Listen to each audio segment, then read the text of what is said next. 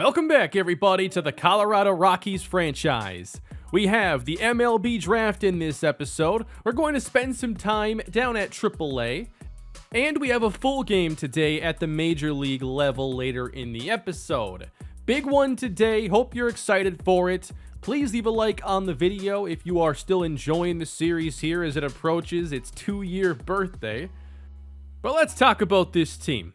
It has been mostly rebuilt, and I think we have a pretty good farm system.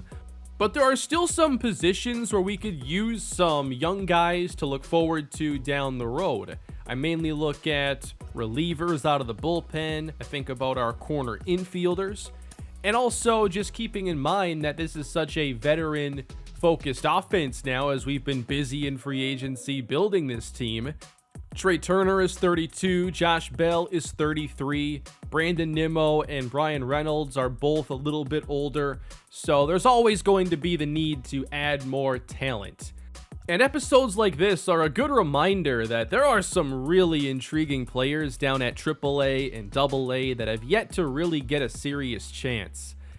The number one rated prospect I'd have to say in our organization is Michael Moreno, who was our first round pick a couple years ago in the series, and he is close to getting his chance at the show. It could happen later this season, or next year after spring training. The bullpen seems to be the weakest area when you just look at overalls, age, and potential, so I've been scouting a lot of relief options for the draft. We have some B potential closers, but a lot of them are already in their 30s. You look at other positions like catcher, and of course Johnny Schaefer is the player we're building around there. At first base, we could still use somebody. We have a few guys at third base that we'll talk about. Some of them are capable of playing first base as well, and we've drafted a few third basemen in the last couple of years. I think we're really deep in our middle infield, and players like Adael Amador have really not gotten that major league chance. And in the outfield, we need more than we have, and we need some better defense especially. If we go down to AAA Albuquerque, the Isotopes aren't having the best season, but Albert Aguila is one player who is adding to the depth of this middle infield along with Adael Amador. And you think about Valade and Xavier Edwards, they're both at the major league level, and they're both young. The starting pitching has some players that I think will be future major league starters. Michael Moreno, perhaps a major league ace. Mickey Littlefield had a phenomenal season last year, but seems to be taking a bit of a step back, at least right now. Luis Madero is also struggling, so we'll mix up the starting rotation a little bit. But keep in mind that the relievers, while they don't have great overalls, they're playing really well. And if we have an injury or a situation happens where we need another reliever, we have options down at AAA. If we go down to AA, one player standing out has been Jason Hebert, former first-round pick who is hitting .337 with 6 home runs. And we've gotten some good starts so far from Salvatore Francisco. And with Mickey Littlefield struggling, I have flip-flopped those two, and Francisco is getting bumped up to AAA. Before we get to the draft, we're going through one more little game here because David Geronimo is only a single away from the cycle against the Texas Rangers. It is a tie game in the 7th inning. Jeffrey Springs on the mound. Geronimo already got the tough ones out of the way. Just needs to find some outfield grass. 2 down here in the 7th from Coors Field. A drive in the air out to deep left center field. Towards the fence and enough room to make the catch. Tried to do a lot more than get the single there, and unfortunately, that was David's last at-bat of the game. So he does not hit for the cycle, but he was trying to hit a home run instead. And the Rockies did win, by the way, walking it off in the 9th inning. That takes us into the MLB draft here in the 2026 season. Been looking forward to this one, but we pick all the way down at the 26th spot. It's always tough to figure out who's even going to be there when you're on the clock, and many of my favorite players did go in like the top 10. Julian Frost, a starting pitcher, was number 1 to the Orioles. But we are left with a couple 80 potential options, and that's what I'm always looking for in the first round. Give me a player anywhere that has a chance to be a high-quality starter. Lawrence Velasquez, a first baseman, is 21. And normally at first base, you want to see a hitter with some power. But he's a contact over power first baseman who plays good defense as well. And then Floyd Lemieux, a starting pitcher, 21 years old from California. Good velocity and good break, but doesn't project as an overpowering strikeout guy. And none of the walk per 9, home run per 9 numbers really stand out. If you're willing to go down to 75 potential, Christopher Kane was an option who just looks to be an above average player in all categories. So I saw it really coming down to Velasquez and Lemieux, and we take Lemieux. I just had too many questions with Velasquez to take him in the first round there. Lemieux felt like a safer pick that had 80 potential and really high break and velocity ratings. I was hoping to come away with a reliever, but I'm not going to force picks because we can always trade if we have to make things happen, and I should do more trading. The relievers at this stage had 70 potential, and there were a couple I liked, but are they more intriguing now, or is it better to go and take Lawrence Velasquez? This time around, I felt like an 80 potential player is an 80 potential player, and we take Velasquez. I'm also not sure why we had that competitive balance pick, but it allowed us to essentially get like 2 first-round caliber players. Options now are a bit thinner as we move on to the true second round, and we don't really have the same relief pitching options now. So I think I am looking at a situation where I have to make some trades. I'm really just taking the best players available. I feel like we're already deep when it comes to starting pitching, but we're going to continue adding players and perhaps using them to get players at other positions that we're lacking. We select Dwayne Harley in the second round. Now we only have 4 players I've even scouted as we make it to the third. And it's 2 first basemen and 2 starting pitchers. But I felt like Eric Early gave us a higher ceiling and an early start with him at 70 overall, 18 years old. It's fun to have these players that could hit the bigs within a couple of years. And he's a lefty. We could use another lefty in the organization. Now we have 3 options as we move on to the fourth round. However, we've already taken a first baseman. We have enough starters. So at this point, I'm just going to take a chance on players that at least, like, it says these players have the best K per 9. I'll take the 20-year-old option here in Israel Chassin, who could possibly be a player who comes in with a pretty high overall. On to the 5th round, I decide, it's a low chance of hitting. Let's double dip on reliever. And now let's sort by a different rating, hit per 9. And again, take a pretty young player who at least projects to have high potential. This usually doesn't mean much, but I'm just making the most with what I have. And then we get to the 6th round, and there are like only a handful of players even available. I thought about going outfield here, but we'll take the 75 projected potential of Anthony Crump at shortstop. So I feel like I could have scouted a little bit better to give us some options at some other spots. But let's take a look at our class. We start off with Floyd Lemieux, A potential, 51 overall. Long-term prospect here, but I think that we continue to add quality starting pitching, and that's always a positive. We ended up taking 2 90 overall potential players, an 81, and a few players in the 70s. This is a very good class, especially picking late. We start off with Lemieux, which I think is an easy win in the first round. The risky player here is Lawrence Velasquez, even though he has 90 potential, because he's so unconventional. He doesn't really have the athleticism or fielding skills to move into the outfield. He's strictly a first baseman who's contact over power. And not just that, but his power is really low.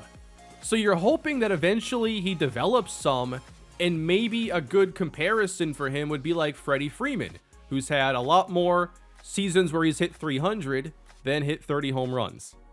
If he's a guy that can come in and hit 275 or greater, I think we'll be able to figure it out, especially with 90 potential. Then we get to the pitchers. Dwayne Harley is a 74 potential pitcher who has a really high hit per 9. He seems like more of a soft tosser that just wants to keep the ball in the ballpark, and I think about that archetype playing in Coors Field. Eric Early, on the other hand, has a really high walk per 9 and has a little more strikeout upside, it would appear. Both are young with good overalls. Then the relievers. Israel Chassin, 75 potential. I mean, that's good enough to play in the league. You don't need to have all your relievers at like 83 overall. You should have some, but everybody's going to have a few that are lower rated, and you can fill out the roster with guys like Chassin or Robert Waddle. Anthony Crump, he's the one player that might just be an A-ball player and might not get much further. Christopher Kane, the player I passed on in the first round, did still go in the first and was selected by the Dodgers. He's an 80 potential player who has pretty good defense right off the bat, but is still developing as a hitter. Checking out the Padres, they took Johnny Villa, a starting pitcher in the first round, 91 potential, good pick. The Giants didn't take anybody above a 78, and the Diamondbacks got the highest potential player in the entire class. These guys have been building a good roster, and their efforts continue by selecting Marshall Emerson.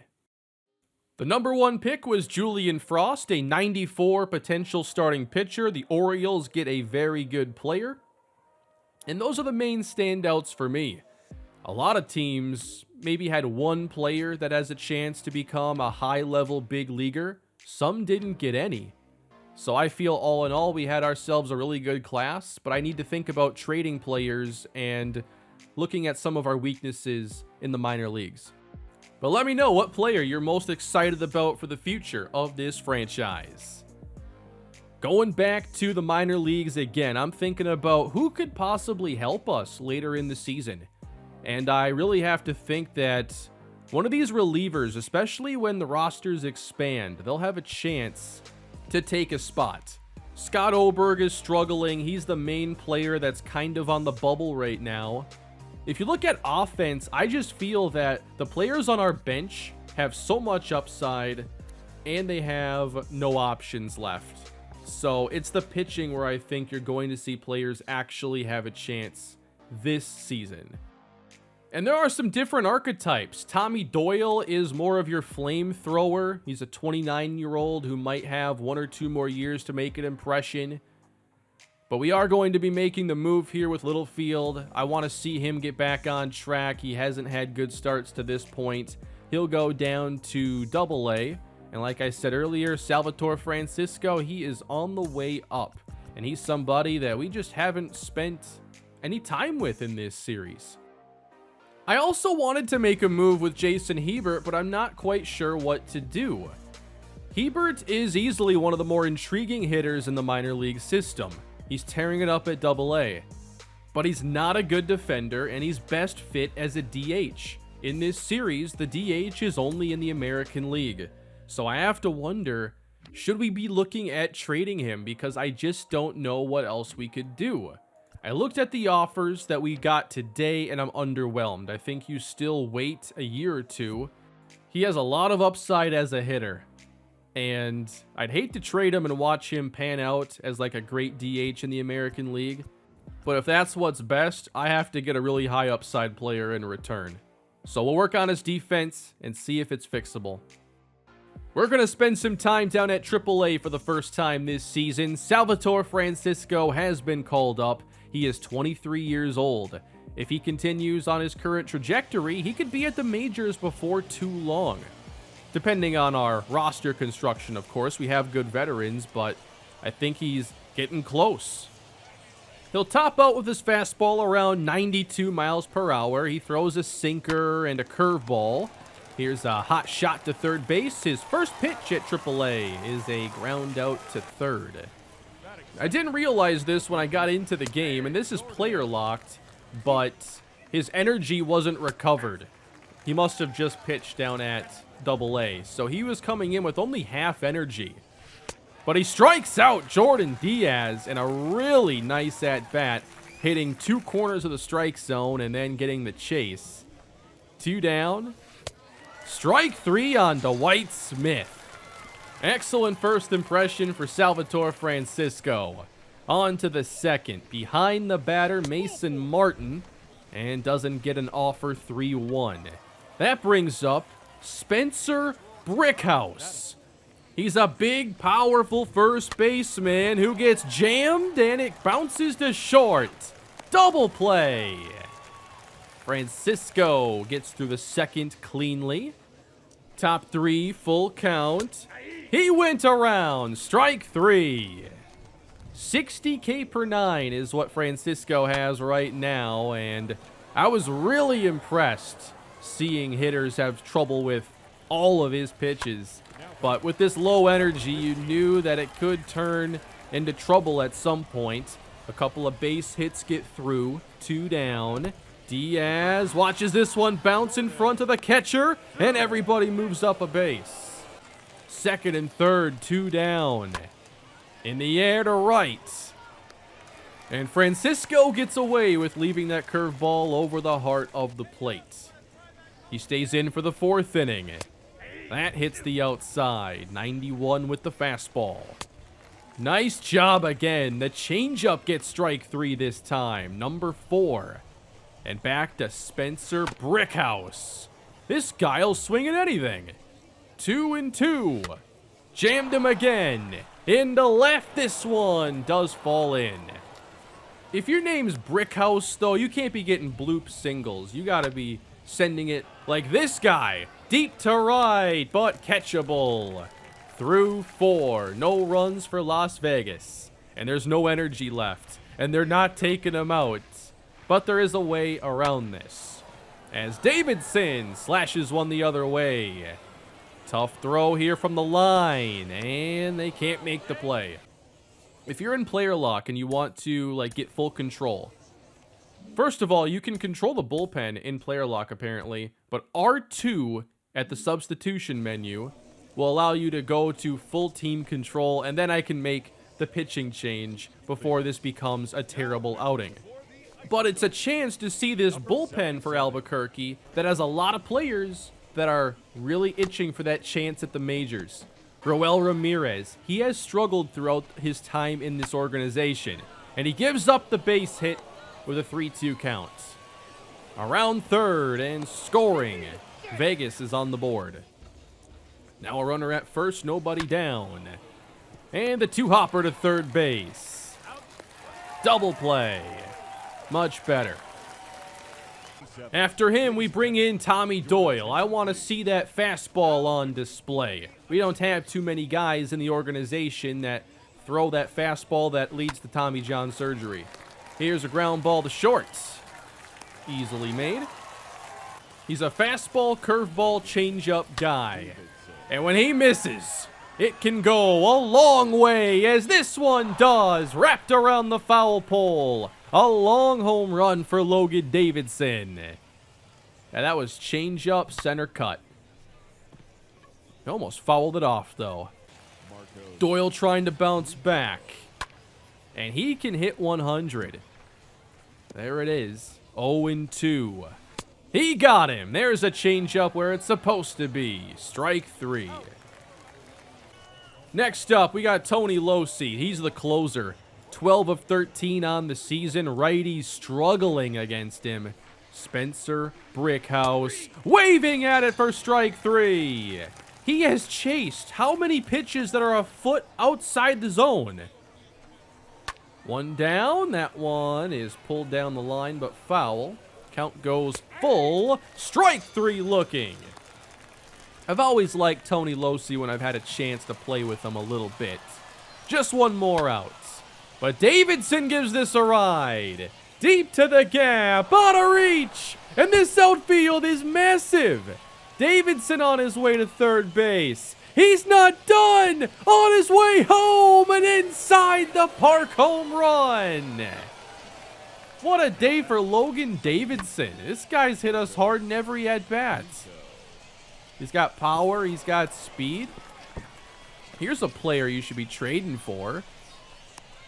Yeah, I saw that outfield, and I'm like, this might be an inside-the-park home run. That's ridiculous. Still 2 down. Oh, boy, tattooed to right center field. High off the wall. Another extra base hit. Losi running into some trouble. Pitch 23. In the gap once again. Up in the air, and the catch is made this time as Albuquerque does get the win.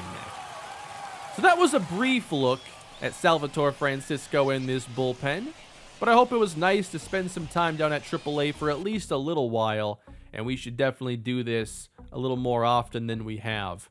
More consistent episodes will probably have me getting to more stuff like that.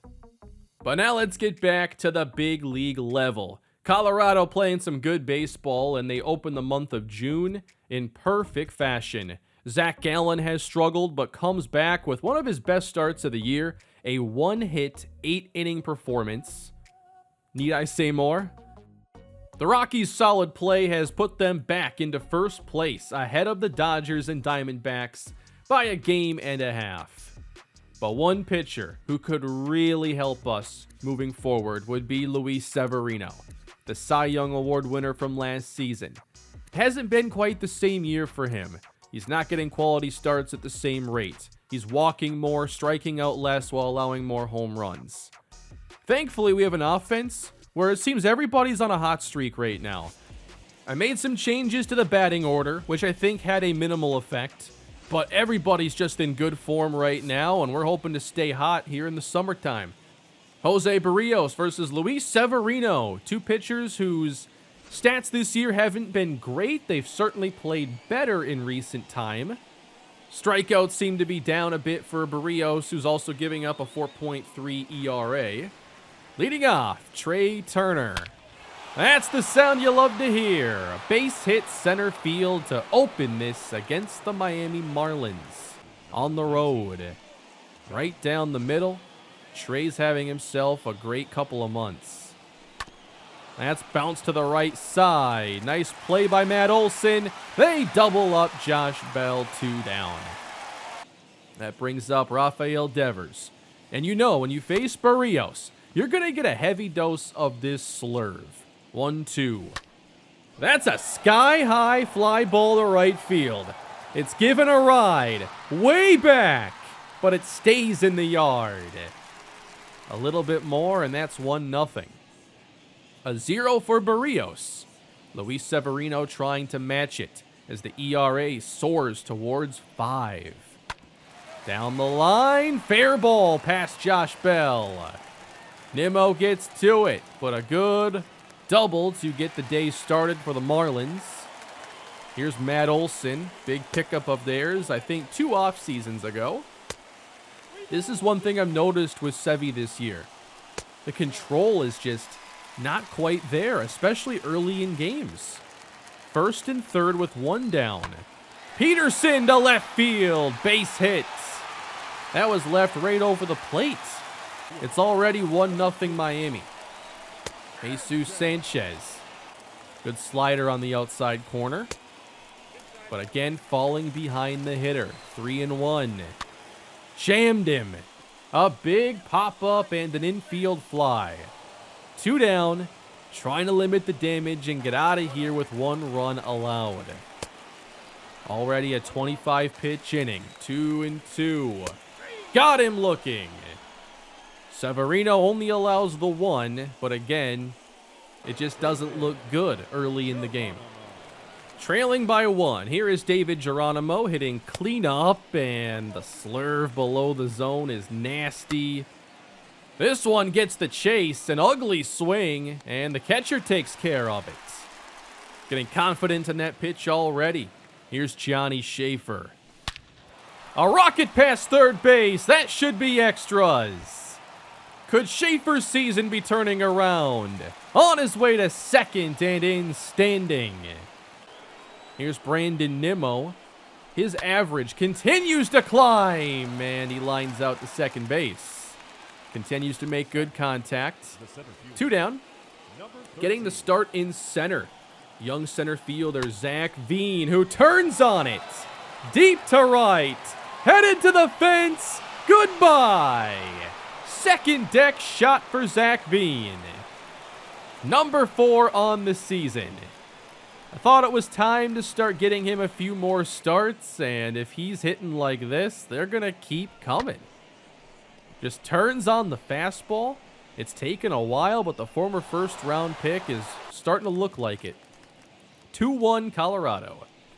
2-2 as Severino strikes out Jose Devers for his second strikeout of the day. Top 3, here's Josh Bell with a runner on. Nice stop by Matt Olson. And they got the out at second. Score that one 3-6 as Olson dives right on top of the bag and then makes a perfect throw. That's unbelievable. Connor Scott here in the third as Severino starting to feel it. Just blows the fastball by him. Nothing fancy on that one. Matt Olson full count. Foul tip caught by Schaefer. Strike 3. Second and third innings much better for Severino. Meanwhile, the slurve from Jose Barrios is still getting punch-outs. Top 4 with 1 down. We'll chase that one. Geronimo's down on strikes. The pitchers got settled in after giving up their early runs. Strike 3 on the outside. Jock Peterson strikes out. That's 5 for Sevy. With a runner on, Andy Pages. Bouncer to short. Trade to second. Double play. Really good answer by Severino after giving up the first inning run. 2-1 with a runner on. 2 down. Severino, you'd love to see a walk here. Ooh, chase the slurve is not a good option. We do get the count full. And that one's hit pretty well. Deep to the gap in left center. Extras for Sevy as he brings home a run. And it's 3-1 Rockies. You never know. Sometimes the pitchers make something happen. 2-run game. Jorge Alfaro. He'll strike out now as Sevy gets up to triple digits. This is the Cy Young winner. But this one's sent deep to center. Devers going deep. It is gone. That one kind of came out of nowhere as Severino had gotten into such a groove. But the cousin of Rafael Devers goes deep. Severino giving up one to Scott now. It's past Nimmo. He can't cut it off. And now he's got to be the one to go and get it. Scott on his way to third. Yeah, Nimmo's outfield skill not great at this stage of his career. Popped up, though, by Tommy Edman. And the Rockies' lead is intact. Top 6, Jose Barrios facing Josh Bell, 0 for 2 on the day. Average now under 300. He sends this high and far the other way. Into the corner. And there's just enough room to secure it. How about Geronimo? He's had a couple rough ABs. Bouncer to third. Charging. High throw, but Olson takes care of it. Another good play by him. I had a dilemma here in the 6th inning. Let me know what you would do. Severino, he's good for maybe one more inning. But you're facing the heart of their order. They're all lefties. You could bring in a lefty reliever. But we're talking about the defending Cy Young winner. And he gives up one the other way to Matt Olson. He'll fly around first, and that's a double. At that point, I felt like, all right, let's make the move. We bring in Ethan Small, who had a rough outing in the last episode. But everybody gets one of those. Facing a couple lefties now. Jock Peterson behind. Struck him out. High fastball, out number 1. Jesus Sanchez. Waving at it with 2 strikes. Schaefer to first, that's 2. We need one more. Here's a righty now, Andy Pages. Bouncer right back to Small, who gets 3 big outs. And the Rockies keep their lead. Still a 1-run game. Barrios staying in for the 7th. Nimmo hit well into left center field. And it's off the glove. Base hit for Nimmo. He's at first. And the change made by the Marlins. Eli Morgan out of the bullpen for them. Here is Zach Veen. Whoa! That bat goes flying as he was in front of the changeup. Strike 3 on a really good changeup, low and away. Ryan Valade 0 for 2 on the day. Base hit center field. Nimmo will hold at second. Rockies looking for the insurance run. Brian Reynolds comes off the bench, but he can't do much with it. Into shallow left, an easy catch is made. Bottom of the 7th inning now. We bring in Lucas Gilbreth, another lefty. Felt like I wanted to use the lefties in this game.